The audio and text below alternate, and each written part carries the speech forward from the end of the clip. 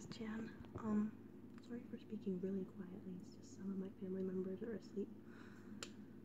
You'll never guess what happened tonight. I found out we have a problem with our dishwasher.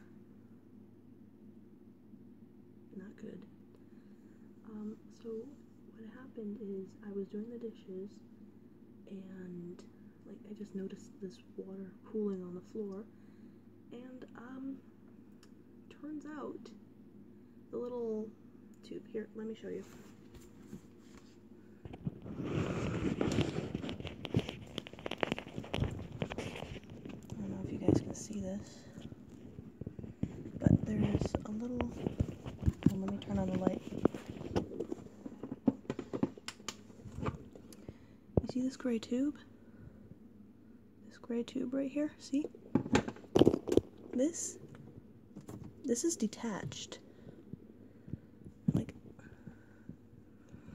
Oh gosh. I don't know if you guys can see this at all. So anyways, that gray tube that I was flashing the light on, that's not attached to the rest of the sink, and frankly, when the water pours out of it, it's kind of like watching a kid puking. It's really gross. So I turned on the dishwasher.